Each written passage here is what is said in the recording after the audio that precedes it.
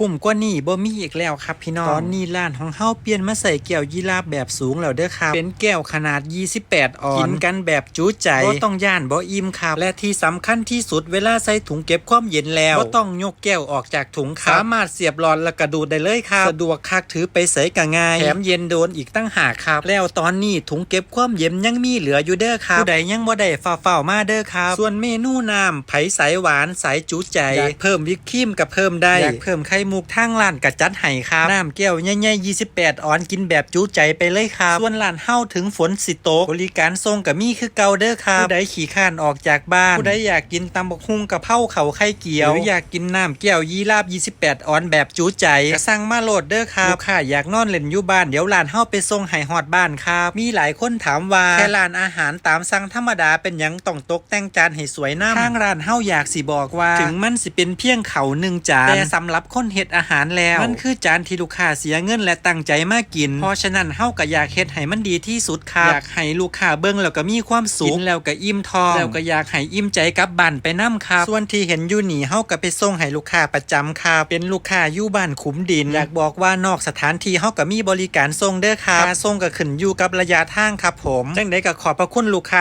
หลายๆเด้อครับส่วนเมนูประจำของลูกค้าก็คือตำหมูย่อครับบรรยากาศในร้านแต่ละมื้อก็บ่คือกันดอกครับช่วงใดบ่มีลูกค้าแม่ครัวแต่ละคนก็สิแยกย้ายกันไปคนละมุมครับคนนึงเด็ดผักคนนึงหั่นของคนนึงเตรียมของคนนึงก็เติมของหน้าร้านครับชีวิตร้านอาหารมันก็เป็นแบบนี้ล่ะครับบางมื้อขายดีแทบบ่ได้กินข้าวมื้อใดเงียบได้ยินแต่เสียงรถแล่นผ่านหน้าบ้านคนเปิดร้านอาหารหลายๆคนก็คงเจอสถานการณ์คล้ายๆกันครับอยากส่งกำลังใจให้ร้านอาหารทุกร้านเด้อครับผมมื้อใดเงียบก็อย่าฟ้าวท้อมื้อใดขายดีก็เก็บแรงใจไว้สู่ต่อไปครับ